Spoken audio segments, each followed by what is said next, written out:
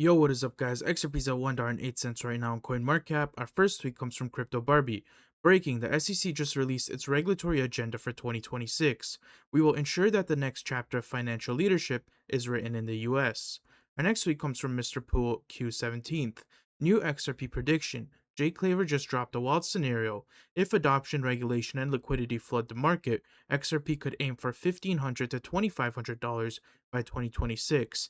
Sounds crazy until it isn't. Watch close. Let's watch this video. Last one, last but not least, end of 2026, XRP price prediction. Oh boy, I've rapid fired the rest of them, so might as well. All of these are optimistic, okay? These are all optimistic, based on a lot of liquidity moving into crypto. We're getting regulation, we're getting adoption, all those things. So if none of that happens, these prices are null and void. But XRP, I think 4 digits in 2026.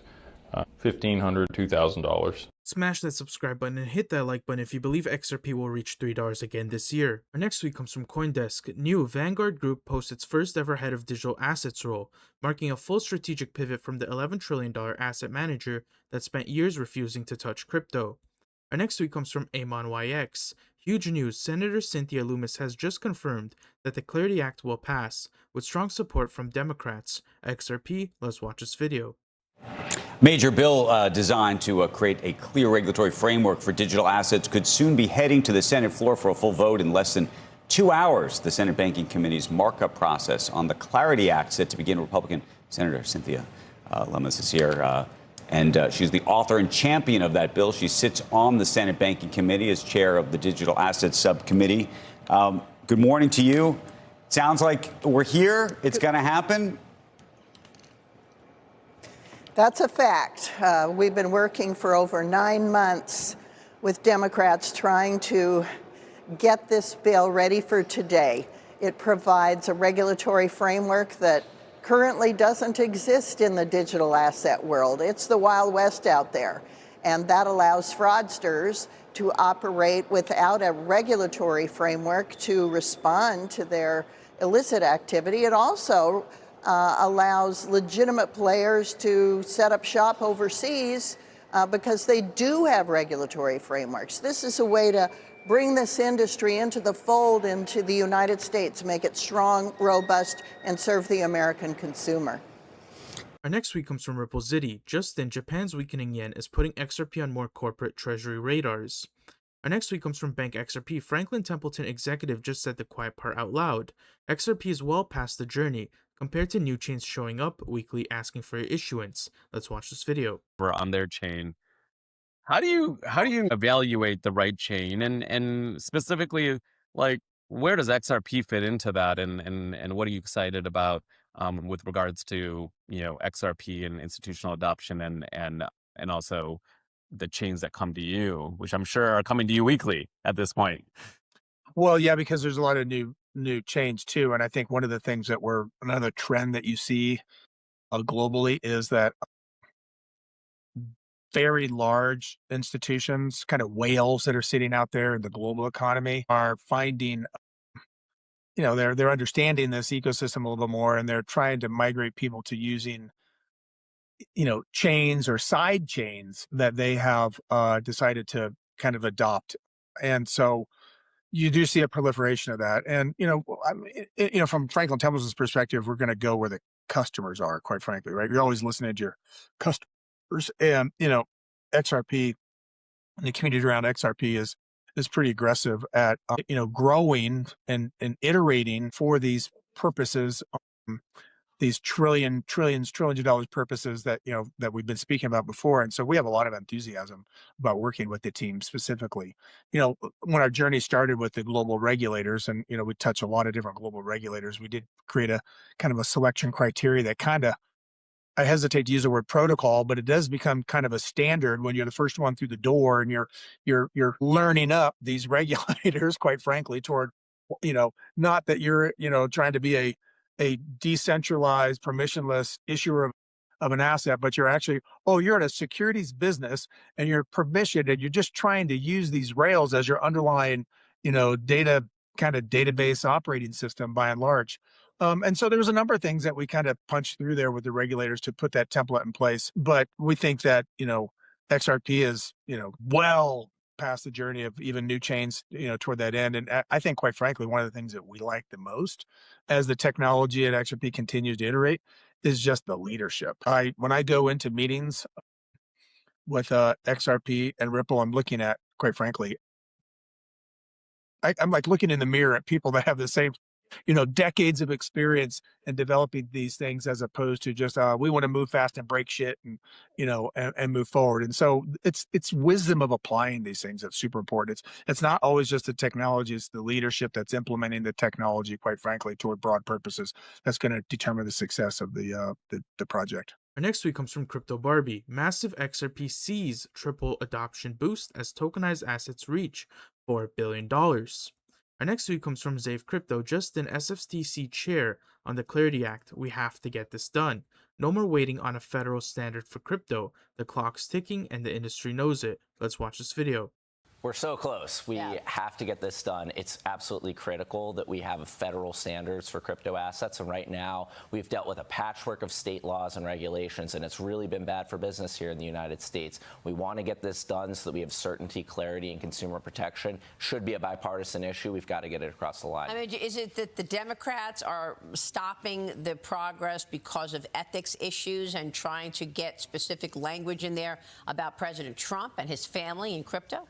Well, there's certainly some mission creep beyond what's really critical here. We want to set standards and protect consumers, protect investors, and that's something that Democrats and Republicans should be able to get behind. I do think there's a little bit of this creep into ethics and other types of extraneous issues, and they're just derailing this real opportunity to have a bipartisan bill in place. Otherwise, you end up with regulators like me writing all the rules, and I'm sure all the Democrats would prefer to get something in place that's bipartisan. Our next tweet comes from Crypto Barbie. Justin, U.S. Senator urges the Senate to act faster. This is our last chance to get real legislation for digital assets on the books before 2030. Pass the Clarity Act. Our next tweet comes from 25 Hours Awake. Breaking: Trump's crypto czar David Sachs says a new payment system is set to launch in the United States. XRP and RLUSD. Let's watch this video. Thank you so much.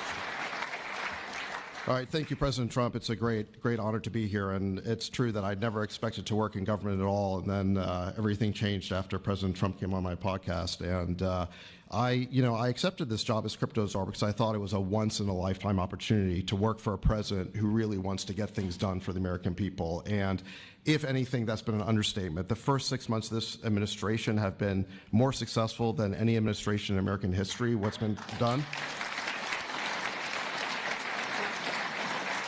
It's just been incredible. President Trump has worked at tech speed. We're used to working fast in Silicon Valley, but even this is fast for us in Silicon Valley, the speed at which you move President Trump. It's really incredible.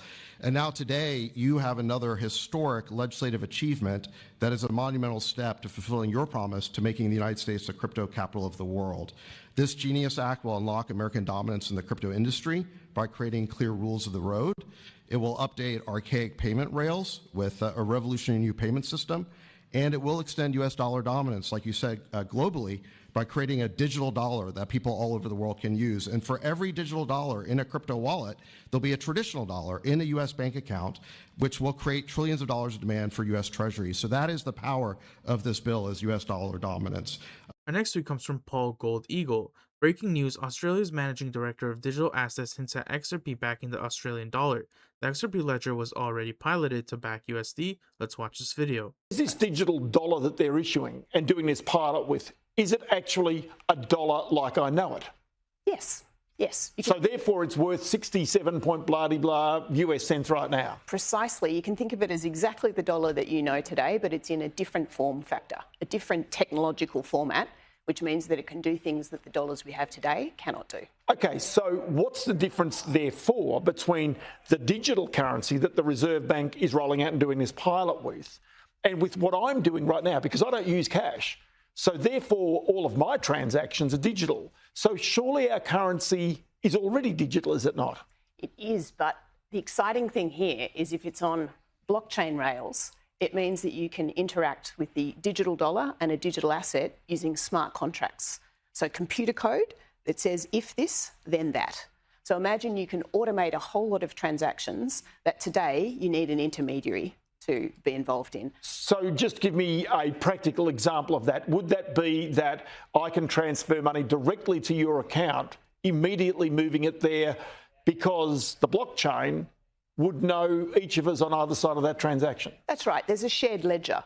So all it has to do is update and say that Ross has just paid Sophie. So it just updates a line in a shared ledger. It's very efficient. So that means, say, for example, payments to business could be one of the big advantages of this, where, you know, we know how long it takes, in some cases, even government payments to go to small and medium-sized businesses. They could go immediately using these types of technologies. They could go immediately if that's what you're looking for, or you could add conditions.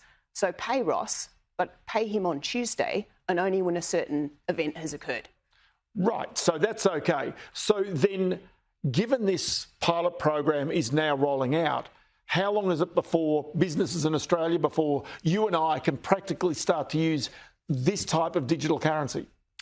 Well, I expect that the Reserve Bank will be careful and cautious. They will do a series of further experiments, and they'll want to know that they've got the design right. There's many ways that these things can be designed, and they need to get that right. So I think what's really important here is to do applied innovation to learn first and to get it right rather than to be first. So who will be a part of this pilot program? Is it just the banks transacting with each other, or is there a broader audience that will be involved? It's much broader than that. So it's not just banks. There's also some fintechs and different organisations which are putting forward use cases.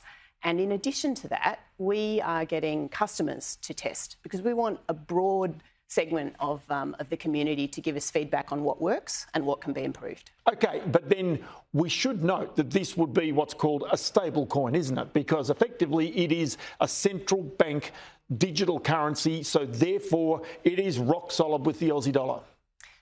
That is correct. It is one for one with the Aussie dollar. It's just a new digital form of that. It's slightly different to a stable coin, but it is stable in value because it is backed by and an obligation of the Reserve Bank. Real quick, if this helped, press the like button. It tells YouTube to show this to people who want the truth, not hype. And press the subscribe button if you're done being sold the moon. I've already got your next one right here. Go.